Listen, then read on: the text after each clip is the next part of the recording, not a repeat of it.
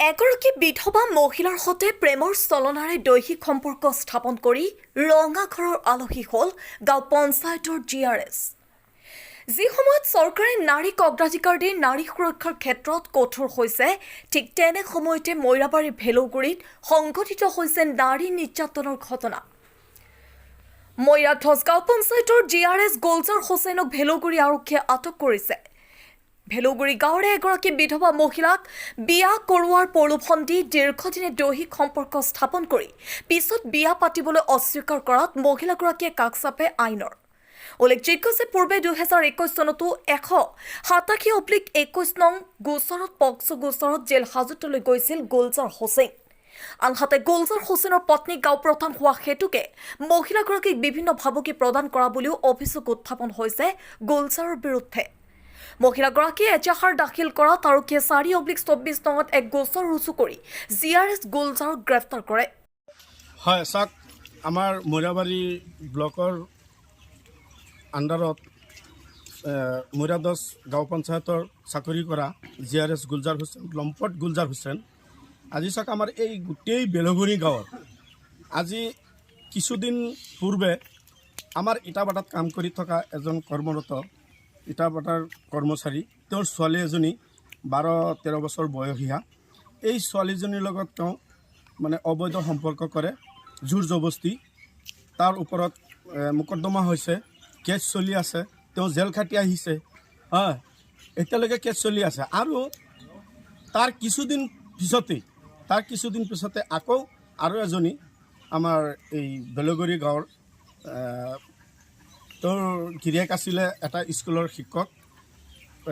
তেওঁ মানে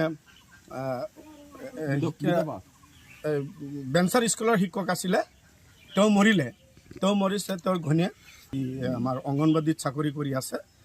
তেখেতৰ লগতো মানে মিছা প্ৰলোভনেৰে তেখেতক মানে বিয়া পাতিম, বিয়া কৰিম, তেনেকুৱা মিছা প্ৰলোভনেৰে তেওঁক মানে নগাঁও, তেজপুৰ, গুৱাহাটী এইবিলাক আদিত লৈ গৈ মানে অবৈধ সম্পৰ্ক ৰাখি তেওঁকো মানে ধলি মাৰি দিলে।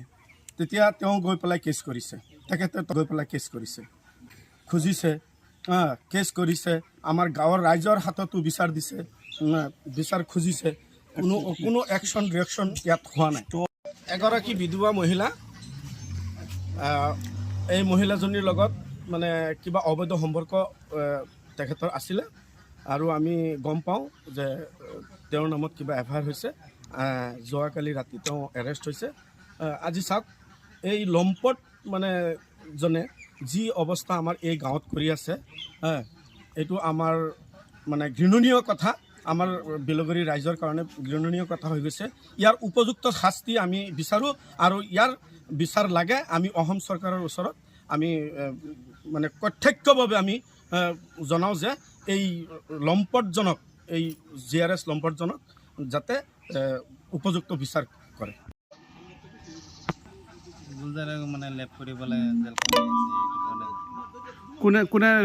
কাক ৰেপ কৰিছিলে? কাক ৰেপ কৰিছিলে? আমাৰ ছোৱালী। তাৰপিছত কিমান চনত কৰিছিলে?